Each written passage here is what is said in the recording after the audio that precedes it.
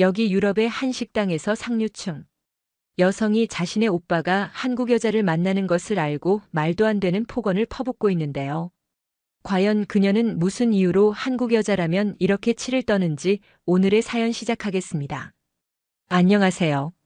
저는 오스트리아 빈 피라모닉에서 제일 바이올리니스트로 활동하고 있는 클라라입니다.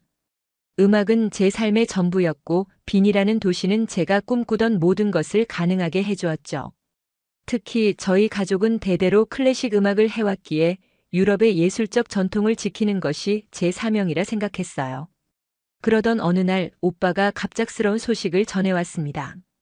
국제 건축 세미나에서 만난 한국인 여성과 결혼하고 싶다는 거예요. 처음엔 단순한 호감이겠거니 했지만 오빠의 눈빛은 무척이나 진지했습니다. 저는 당혹스러웠죠. 우리 가문은 300년이 넘는 시간 동안 빈 피라모닉과 함께 해왔고 오빠는 그런 우리 가문이 자부심이었는데 갑자기 낯선 동양 여성과 결혼한다니 이해할 수 없었어요. 며칠 뒤 오빠는 은서라는 그녀의 이력을 보여주었습니다. 서울대학교를 졸업하고 하버드에서 문화인류학 박사 학위를 받았다고 하더군요. 하지만 제 마음 한구석에선 여전히 불안감이 자리 잡고 있었습니다. 아무리 뛰어난 학벌을 가졌다 한들 그녀가 과연 우리 가문의 예술적 전통과 깊이를 이해할 수 있을까요? 제가 알던 한국이라곤 삼성이나 현대 같은 대기업들과 화려한 케이팝 정도였으니까요. 솔직히 결혼식에 참석하고 싶지 않았습니다. 은서를 만나본 적도 없는데 벌써부터 우리 가문의 예술적 유산이 흔들릴 것만 같았거든요. 그러면서도 한편으로는 제 자신이 너무 편협하게 생각하고 있는 건 아닌지 고민도 되었습니다. 이런 복잡한 감정을 안고 있을 때 오빠는 다시 한번 은서의 이야기를 꺼냈어요. 그때만 해도 전 유럽의 문화와 예술이 세계의 중심이라 굳게 믿고 있었어요. 클래식 음악의 본고장에서 연주자로 활동하며 느끼는 자부심이 컸던 탓이죠. 하지만 이런 제 생각이 얼마나 편협했는지 곧 깨닫게 될 줄은 몰랐습니다. 오빠는 제 반대에도 불구하고 은서와의 만남을 주선했어요. 빈의 카페하우스 좌워에서였죠. 처음엔 무척 어색했습니다. 은서는 제가 불편해할까 조심스레 미소 지으며 앉았고 전 그저 형식적인 인사만 건넸어요. 하지만 은서가 제가 연주하는 바이올린에 대해 이야기를 꺼내면서 분위기가 달라지기 시작했습니다. 슈베르트의 미완성 교향곡을 들으면서 자랐어요. 빈 피라모닉의 연주로요. 은서의 말에 저는 놀라움을 감출 수 없었습니다. 그녀는 단순히 클래식을 아는 것이 아니었어요. 빈 피라모닉의 역사적 녹음들을 꿰고 있었고 심지어 현대 클래식 음악의 새로운 흐름까지 이해하고 있었거든요. 대화는 자연스럽게 이어졌고 우리는 어느새 음악과 예술, 그리고 문화의 경계를 넘어서는 이야기를 나누고 있었습니다. 그날은 제 인생에서 가장 특별한 순간 중 하나가 되었어요. 은서는 제가 상상했던 것과는 전혀 다른 사람이었거든요. 오빠와 은서의 첫 만남은 빈에서 열린 지속가능한 도시건축 국제 세미나에서였다고 해요. 오빠가 들려준 이야기를 지금도 생생히 기억합니다. 그날 은서는 전통과 현대의 공존 한국 건축의 혁신적 해법이라는 주제로 발표를 했다고 해요. 은서는 한옥이라 불리는 한국 전통 가옥의 구조를 현대적으로 재해석한 프로젝트를 소개했답니다. 자연 환기 시스템을 활용한 에너지 절감 기술, 전통 마루의 구조를 응용한 신개념 공간 설계. 오빠의 표현을 빌리자면 완벽한 혁신이었다고 해요. 특히 한옥의 처마 구조를 활용해 계절별 일조량을 조절하는 기술은 세미나 참가자들의 찬사를 받았다고 합니다. 발표가 끝난 뒤 오빠는 은서에게 한국 건축에 대해 더 자세히 알고 싶다며 말을 걸었어요. 은서는 흔쾌히 시간을 내주었고 두 사람은 빈의 카페에서 밤늦게까지 이야기를 나눴다고 합니다. 은서는 단순히 건축 기술을 논하는 데 그치지 않고 한국의 철학과 미의식까지 설명했다고 해요. 자연과의 조화, 공간의 유연성, 그리고 전통과 현대의 균형. 오빠는 그날 은서의 이야기에 완전히 빠져들었다고 했습니다. 그 후로도 두 사람은 자주 만났어요. 은서는 빈 건축대학에서 초빙 교수로 한 학기 강의를 맡고 있었거든요. 오빠는 틈나는 대로 은서의 강의를 찾아갔고 그럴 때마다 새로운 영감을 받았다고 합니다. 한국의 비움의 미학이 현대 건축에 어떻게 적용될 수 있는지, 전통적 공간 구성이 현대인의 삶의 질을 어떻게 향상시킬 수 있는지. 오빠는 은서와 나눈 대화 하나하나가 소중한 배움의 시간이었다고 말했어요. 하지만 제가 가장 놀란 건 은서가 우리 가문의 음악적 전통에도 깊은 관심을 보였다는 점이었습니다.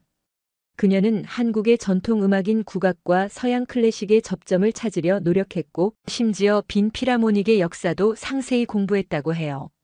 전통 예술을 현대적으로 계승하는 방법에 대한 그녀의 생각은 신선했습니다. 클라라, 내가 은서를 만나면 분명 좋아하게 될 거야. 오빠의 말에 전 여전히 반신반의했지만 한 가지는 확실해졌어요. 은서는 제가 처음 생각했던 것과는 전혀 다른 사람이라는 것. 그리고 그녀가 오빠의 인생에 특별한 의미를 가진 사람이라는 것을요. 오빠와 은서의 관계가 발전하면서 빈의 예술계에서는 미묘한 긴장감이 감돌기 시작했습니다. 특히 독일 출신의 저명한 평론가 에드워드 슈미트의 반응이 거셌어요. 그는 유럽 예술과 문화 칼럼에서 은서의 연구를 신랄하게 비판했습니다. 한국이라는 변방 국가의 건축 철학을 유럽의 고전적 가치와 동일선상에 놓으려는 시도는 우스꽝스럽다. 에드워드의 이 말은 온라인상에서 큰 파장을 일으켰어요. 하지만 더 충격적인 건 그의 다음 주장이었습니다. 루카스 바그너와 같은 유서 깊은 예술 가문의 후계자가 이런 문화적 실험의 희생양이 되어서는 안 된다.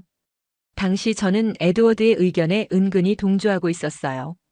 하지만 은서의 대응은 예상과 달랐습니다. 그녀는 분노하거나 좌절하지 않았어요. 대신 서울대학교 건축학과와 공동으로 연구한 논문을 발표했죠. 초고층 빌딩의 에너지 효율성 한국 전통. 건축 원리의 현대적 적용이라는 제목의 이 논문은 과학적 데이터로 가득했습니다. 은서의 연구는 한국 전통 건축의 자연, 환기 시스템이 현대 건축의 에너지 문제를 해결할 수 있다는 것을 증명했어요. 더욱 놀라운 건 그녀의 설계 원리를 적용한 서울의 한 기업. 본사가 유럽 건축가들의 설계안보다 30% 더 높은 에너지 효율성을 보였다는 거죠. 이 소식은 건축계에 큰 반향을 불러일으켰습니다. 영국 왕립건축가협회는 은서의 연구 결과에 주목했고 독일의 여러 건설사들이 그녀의 자문을 요청했어요. 에드워드는 갑자기 입을 다물었지만 그의 불편한 시선은 계속되었습니다. 어느 날 저녁 에드워드는 제게 은밀한 제안을 했어요. 오빠와 은서의 결혼식에서 그녀의 연구를 공개적으로 반박하자는 거였죠. 당신의 오빠를 위한 일이에요, 클라라. 그의 말에 저는 잠시 흔들렸습니다. 하지만 제 머릿속에는 은서가 보여준 데이터와 연구 결과들이 계속 맴돌았어요. 그리고 무엇보다 은서의 진정성 있는 태도가 자꾸 떠올랐습니다. 에드워드의 제안을 거절한 후 저는 며칠 동안 고민했습니다. 그러던 중 은서에게서 한 통의 메일이 왔어요. 한국에서 열리는 건축 박람회에 저를 초대한다는 내용이었죠. 솔직히 말하면 처음엔 거절하려 했어요. 하지만 그녀의 연구에 대한 호기심이 커져가고 있었고 제 눈으로 직접 확인하고 싶다는 생각이 들었습니다. 결국 저는 한국행 비행기에 올랐어요. 에드워드의 비판이 옳은지 아니면 은서의 주장이 진실인지 확인하고 싶었거든요. 12시간의 긴 비행 끝에 인천공항에 발을 디딘 순간 제 선입견은 첫 번째 균열을 일으켰습니다. 거대한 유리 천장을 통해 쏟아지는 자연광, 전통 건축의 곡선을 현대적으로 재해석한 기둥들. 공항 자체가 하나의 거대한 예술 작품 같았어요. 서울로 향하는 공항철도에서 마주한 도시의 모습은 더욱 놀라웠습니다. 한강을 따라 늘어선 고층 빌딩들 사이로 고궁의 처마가 고개를 내밀고 현대식 주상복합 단지 한켠에 고풍스러운 한옥이 자리 잡고 있었어요. 이질적으로 보일 법한 건축물들이 묘한 조화를 이루고 있었죠. 은서의 부모님은 북촌에 있는 한옥에서 저희를 맞이했습니다. 처음 한옥을 봤을 때는 너무 단순해 보여서 실망했어요. 하지만 안으로 들어서자 생각이 달라졌습니다.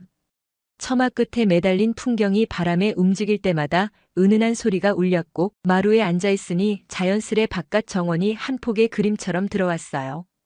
특히 인상 깊었던 건 공간의 울림이었습니다. 마치 작은 콘서트홀 같았어요. 저녁에 제가 즉흥으로 바이올린을 연주했는데 나무와 창호지가 만들어내는 울림이 놀라웠습니다. 서양 악기인 바이올린 소리가 한옥에서 이렇게 아름답게 울린다는 게 신기했어요. 은서의 어머니는 그날 저녁 제게 한복을 선물하셨습니다. 처음엔 거절하려 했지만 옷감의 색감과 문양에 눈길이 갔어요. 알고 보니 수백 년 전부터 내려온 전통 문양을 현대적으로 재해석한 것이라고 했습니다. 한복을 입어보니 단순한 옷이 아니라 하나의 예술 작품이란 걸 깨달았어요. 다음 날 은서는 저를 국립중앙박물관으로 안내했습니다. 그곳에서 본 신라시대 금관의 정교함과 고려 청자의 비색은 제가 알던 예술의 경계를 무너뜨렸어요. 유럽의 바로크, 로코코 시대와 맞먹는 세련됨이 천년도 더 된 유물들에서 빛나고 있었거든요. 박물관을 나와본 서울의 야경은 더욱 특별했습니다. 남산 서울타워를 배경으로 펼쳐진 도시의 불빛이 마치 별자리처럼 반짝였어요. 현대적인 빌딩 숲 사이로 고궁의 처마가 달빛에 은은히 빛나는 모습이 인상적이었습니다. 이런 게 은서가 말한 전통과 현대의 조화였나 봅니다. 은서는 다음 날 저녁 식사에 부모님을 모시고 오겠다고 했어요. 저는 서울의 아름다움에 취해 있다가 문득 한국의 전통 예절을 하나도 모른다는 사실에 긴장되기 시작했습니다. 호텔로 돌아와 한국의 식사 예절을 검색해 보았지만 오히려 더 혼란스러워졌죠. 다음 날 저녁 기대와 걱정이 뒤섞인 마음으로 상견례 자리에 앉았습니다. 상견례 자리의 분위기는 생각보다 무거웠습니다. 은서의 부모님은 예의 바르고 점잖으셨지만 전통 예절을 모르는 제 모습에 실망하신 듯 했어요. 특히 어머님의 표정이 좋지 않았죠. 저는 서양식 테이블 매너만 배우고 자랐기에 젓가락질도 서툴렀고 숟가락과 젓가락을 사용하는 순서도 알지 못했습니다. 상황은 점점 더 어색해졌어요. 밥그릇을 들고 먹으려 하자 은서의 어머님은 살짝 눈살을 찌푸리셨죠. 하지만 결정적인 실수는 그때였습니다. 잠시 숨을 돌리려 젓가락을 밥그릇에 꽂아두었는데 순간 식탁의 공기가 얼어붙었어요. 나중에 알고 보니 그건 제사상에서나 하는 행동이었더군요. 은서는 그 순간을 놓치지 않았습니다. 그녀는 재빠르게 저의 젓가락을 자연스럽게 내려놓으며 한국의 전통 음식을 설명하기 시작했어요. 갈비찜의 부드러운 맛부터 시작해서 나물 하나하나의 효능까지 이야기하며 부모님의 관심을 다른 곳으로 돌렸죠. 식사가 끝나갈 무렵 은서는 한국의 식사 예절을 차근차근 알려주었습니다. 어른이 먼저 수저를 들기 전에는 먹지 않는 것, 밥그릇을 들 때는 국그릇은 그대로 두는 것, 수저를 나란히 놓아야 하는 것까지. 모든 동작에는 우서른을 향한 공경과 배려가 담겨 있다는 걸 알게 되었어요. 식사를 마친 뒤 은서는 절 전통 찻집으로 안내했어요. 그곳에서 차를 마시며 나눈 대화는 제 생각을 바꾸어 놓았죠. 단순히 마시는 것이 아닌 자연과 사람이 하나 되는 순간이라는 그녀의 설명이 인상적이었습니다. 은서는 제 바이올린 연주 이야기를 꺼내더니 한국의 전통 악기인 해금을 소개했어요. 두 악기가 만들어내는 소리의 색깔이 비슷하다는 이야기를 들으며 문화의 경계가 생각보다 가깝다는 걸 느꼈습니다. 대화는 자연스럽게 깊어졌고 서로를 향한 오해도 조금씩 풀려갔어요. 은서는 한국의 건축이 어떻게 옛것과 새것을 어우르는지 그리고 그것이 어떻게 세계의 관심을 받게 되었는지를 들려주었죠. 아, 이제 이해했습니다. 두 상황 사이를 이어보겠습니다. 그날 밤 저는 처음으로 오빠의 선택을 이해하게 되었습니다. 은서라는 사람은 동양과 서양의 다리를 놓는 특별한 재능이 있었거든요. 이후 저는 결혼식 준비를 돕기 위해 한국에 머물기로 했습니다. 은서와 함께 보낸 시간이 쌓일수록 제 마음속 걱정은 점점 줄어들었어요. 하지만 새로운 걱정거리가 생겼죠. 에드워드가 결혼식을 사흘 앞두고 한국에 도착했다는 소식이었습니다. 그는 여전히 은서의 연구를 무너뜨리겠다는 집념에 사로잡혀 있었죠. 호텔 로비에서 우연히 마주친 그의 눈빛은 날카로웠어요. 은서는 이미 에드워드의 계획을 알고 있었습니다. 그녀의 책상 위에는 에드워드가 준비한 비판 자료들의 사본이 가지런히 정리되어 있었죠. 하지만 은서의 눈빛은 흔들림이 없었어요. 오히려 그를 한국 건축의 현장으로 초대하며 미소 지었습니다. 첫 번째로 찾아간 곳은 인사동의 한 호텔이었어요. 전통 한옥을 현대적으로 재해석한 이 건물은 은서의 설계로 지어졌죠. 에드워드는 처음에 코웃음을 쳤습니다. 나무와 흙으로 지은 고루한 건물이 현대 호텔이 될 수 있다는 것부터가 그의 눈에는 우스웠나 봅니다. 하지만 안내를 받으며 둘러본 호텔 내부는 그의 생각을 바꿔놓기 시작했어요. 전통 마루 구조를 응용한 자연 환기 시스템은 놀라운 효과를 보이고 있었거든요. 여름철 전기 사용량이 일반 호텔의 절반도 안 된다는 건물 관리 데이터를 보며 에드워드는 말을 잃었습니다. 다음으로 방문한 곳은 여의도의 63층 초고층 빌딩이었어요. 은서는 건물 설계도를 펼쳐 보이며 차분히 설명했죠. 한옥 처마의 각도를 그대로 살린 외벽 구조가 계절별 일조량을 자연스럽게 조절한다는 것, 전통 창호의 비율을 응용한 창문 배치가 실내 채광 효율을 극대화한다는 것까지. 설명을 들을 때마다 에드워드의 표정이 조금씩 달라졌습니다. 마지막으로 그들은 남산 한옥마을로 향했어요. 해가 저물기 시작할 무렵이었죠. 은서는 에드워드를 전통 한옥 한 채로 안내했습니다. 이곳에서 바라보는 서울의 전경이 가장 아름다워요. 그녀의 말대로였습니다. 한옥의 기와 지붕 너머로 보이는 현대식 빌딩들, 그 사이로 스며드는 노을빛은 말로 표현할 수 없는 장관이었죠. 에드워드는 서류 가방을 내려놓았어요. 그의 손에 들려있던 비판 자료들이 더 이상 의미가 없어 보였나 봅니다. 서울의 야경을 바라보는 그의 눈빛이 달라져 있었거든요. 전통은 과거에 머무는 게 아니라 현재와 만나야 한다고 생각해요. 은서의 말에 에드워드는 아무 대답도 하지 못했습니다. 그저 묵묵히 서울의 야경을 바라보고만 있었죠. 결혼식은 서울의 한 한옥 호텔에서 열렸습니다. 유럽의 결혼식 풍경만 알던 제게는 모든 것이 새로웠어요. 붉은 기와와 흰 창호지 사이로 스며드는 햇살, 대나무 숲을 스치는 바람 소리가 어우러진 공간이었죠. 하객들이 하나둘 자리를 채우기 시작했습니다. 은서는 전통 홀레복을 입고 있었어요. 신부 대기실에서 만난 그녀의 모습은 놀라웠죠. 수백 년 전통의 홀레복이 현대적 세련미와 자연스럽게 어우러졌습니다. 결혼식이 시작되기 직전 하객들의 웅성거림 속에서 에드워드가 천천히 자리에서 일어났습니다. 그의 손에는 두툼한 서류 뭉치가 들려 있었어요.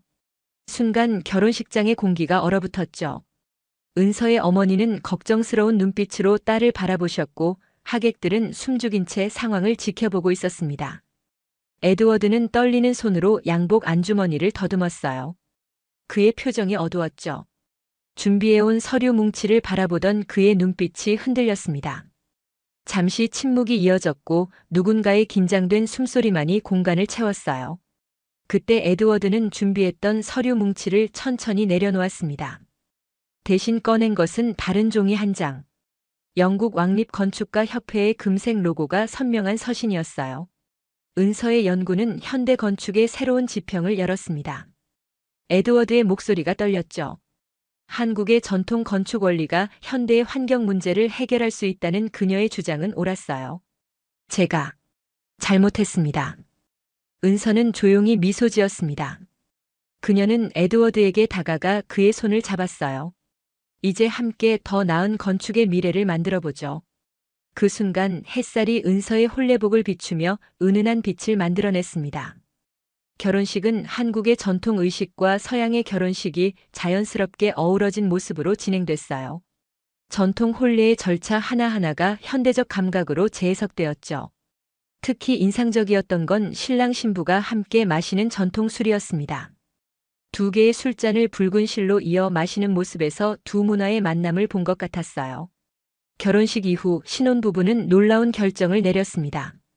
발리로 예정되어 있던 신혼여행을 미루고 저희 가족의 한국 문화 탐방을 직접 안내하겠다고 나선 거예요. 은서의 부모님도 말렸지만 그들은 웃으며 고개를 저었죠. 우리의 첫 시작이 두 가족의 진정한 만남이었으면 해요. 은서의 말에 저는 눈시울이 붉어졌습니다. 첫 방문지는 현대미술관이었어요. 전통 수묵화의 먹선이 현대적 설치 미술과 만나는 특별전이 열리고 있었죠. 은서는 마치 오래된 친구처럼 자연스럽게 우리 가족에게 한국 미술의 정신을 설명했어요. 화려한 색채 대신 검은 먹물 한 방울의 번짐이 만들어내는 깊이는 제가 알던 미술의 경계를 넓혀주었습니다. 오빠는 은서의 설명을 프랑스어로 통역해주며 부모님의 이해를 도왔고 우리는 그렇게 한 걸음씩 서로의 문화에 가까워져 갔습니다. 다음으로 찾은 곳은 전통 도예가의 작업실이었어요. 수백 년 된 가마에서 구워낸 도자기들이 현대 갤러리에 전시되어 있었죠. 도예가는 옛 방식 그대로 흙을 빚으면서도 현대적 감각을 더해 새로운 작품을 만들어냈습니다. 그의 작업실 한켠에는 유럽 도자기들도 있었는데 그는 동서양의 도자 기법을 접목하며 자신만의 예술 세계를 구축하고 있었어요. 저녁이 되자 은서는 절 한 특별한 장소로 데려갔습니다. 현대식 빌딩 꼭대기에 자리 잡은 전통 찻집이었죠. 창밖으로는 서울의 화려한 야경이 펼쳐졌고 실내에서는 전통차 예절이 이어졌어요. 차를 마시는 동작 하나하나에 깃든 의미를 배우면서 한국인들이 전통을 어떻게 지키고 발전시키는지 이해하게 되었습니다. 전통 찻집에서 우연히 들은 가야금 소리가 제 마음을 사로잡았습니다. 12현의 줄이 만들어내는 은은한 떨림이 바이올린과는 전혀 다른 감동을 주었죠. 차를 마시던 손님들도 저처럼 넋을 잃고 그 소리에 빠져들었어요. 연주가 끝난 후에도 귓가에 맴도는 그 여운은 마치 한 폭의 수묵화처럼 깊었습니다. 다음 날 아침 저는 은서의 도움으로 그 가야금 연주자를 찾아갔어요. 북촌의 오래된 한옥에서 제자들을 가르치고 계신 김명순 선생님이었습니다. 처음에는 서양 음악가가 찾아왔다는 게 의아하셨는지 살짝 망설이는 기색도 보이셨죠. 하지만 제가 진심으로 가야금을 배우고 싶다고 말씀드리자 선생님은 따뜻한 미소와 함께 저를 받아주셨어요. 그때부터 매일 아침 해 뜨기 전 이른 새벽부터 가야금 소리와 함께 하루를 시작했습니다. 처음에는 가야금 줄을 튕기는 것조차 어색했어요. 바이올린과는 전혀 다른 악기의 특성에 당황스러웠죠. 하지만 선생님은 한국 전통음악에 담긴 자연의 소리, 바람의 결, 물의 흐름을 하나하나 설명해 주셨어요. 바이올린으로는 표현할 수 없던 섬세한 음색을 찾아가는 과정이 신비로웠습니다.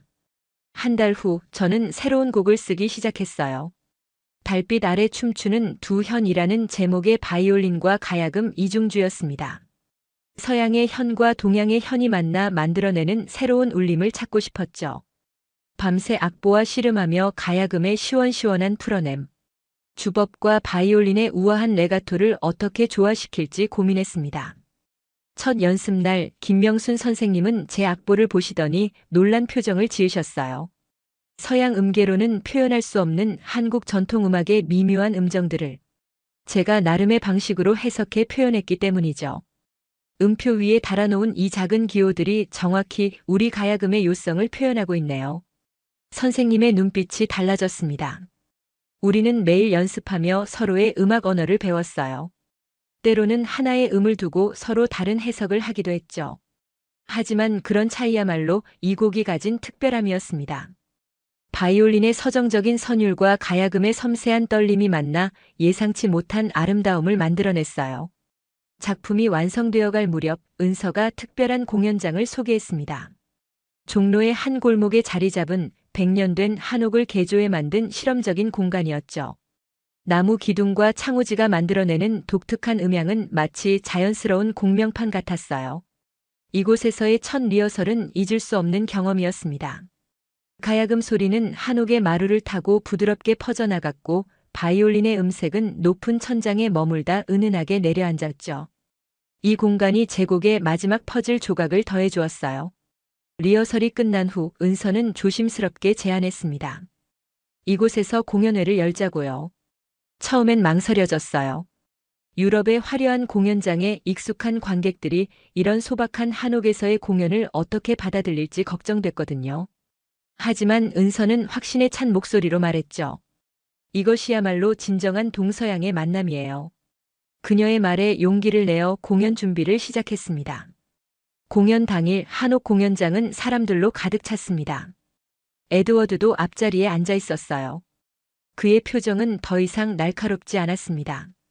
공연이 끝난 후 그가 건넨 첫 마디가 아직도 생생해요. 당신이 틀렸고 제가 맞았네요. 동양과 서양은 섞일 수 없다던 제 생각이요. 은서와 오빠는 이제 새로운 프로젝트를 시작했습니다. 한국의 전통 건축 원리를 활용해 빈 교외에 음악당을 짓는 일이에요. 자연 음향을 극대화한 공연장이 될 거라고 하죠. 저는 그곳에서 열릴 첫 공연을 준비하고 있습니다. 3개월 전 빈 필하모닉 단원들이 한국을 찾았어요.